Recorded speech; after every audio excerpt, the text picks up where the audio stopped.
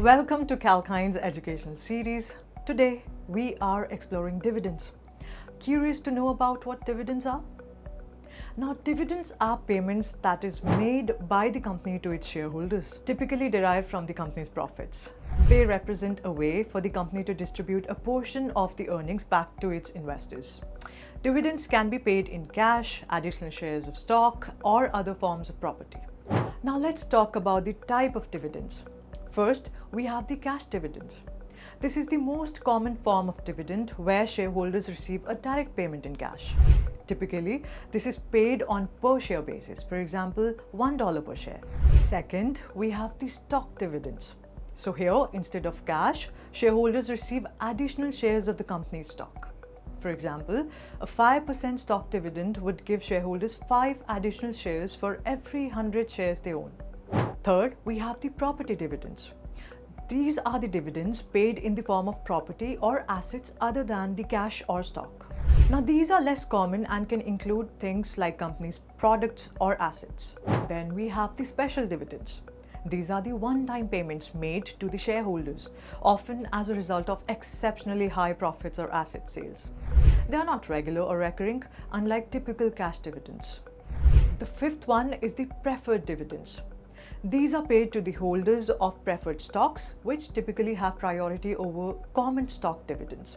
The preferred dividends are usually fixed and must be paid before any dividends can be distributed to common shareholders. Now, there are certain key terms which are related to dividends that one should be aware of. Starting off, we have the dividend declaration date. This is the date on which the company's board of directors announces the dividend payment and the amount to be paid. Then we have the ex-dividend date. This is the date on or after which the stock is traded without the right to receive the declared dividend.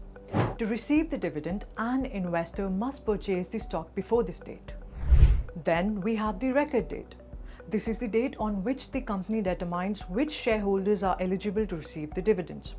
Shareholders who own the stock on this date will receive the dividend.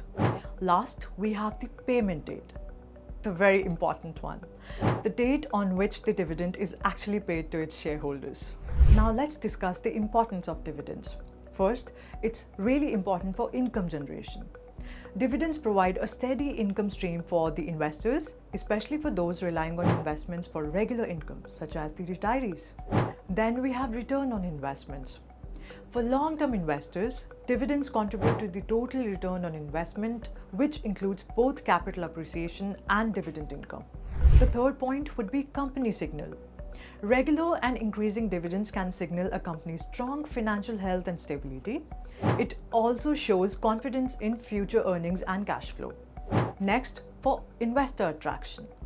Dividends can make a company's stock more attractive to investors, potentially leading to higher demand and a stronger stock price.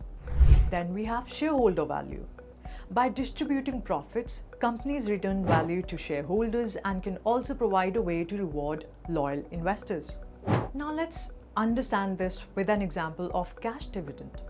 If a company declares a cash dividend of $2 per share and an investor owns 100 shares, the total dividend payment would be 2 into 100, that is 200. The investor would receive $200 in cash. So all in all, dividends are a way for companies to distribute a portion of their profits to the shareholders, providing a direct financial benefit and reflecting the company's financial health and profitability. Thanks for being with us. Subscribe and click the bell icon for more videos like this.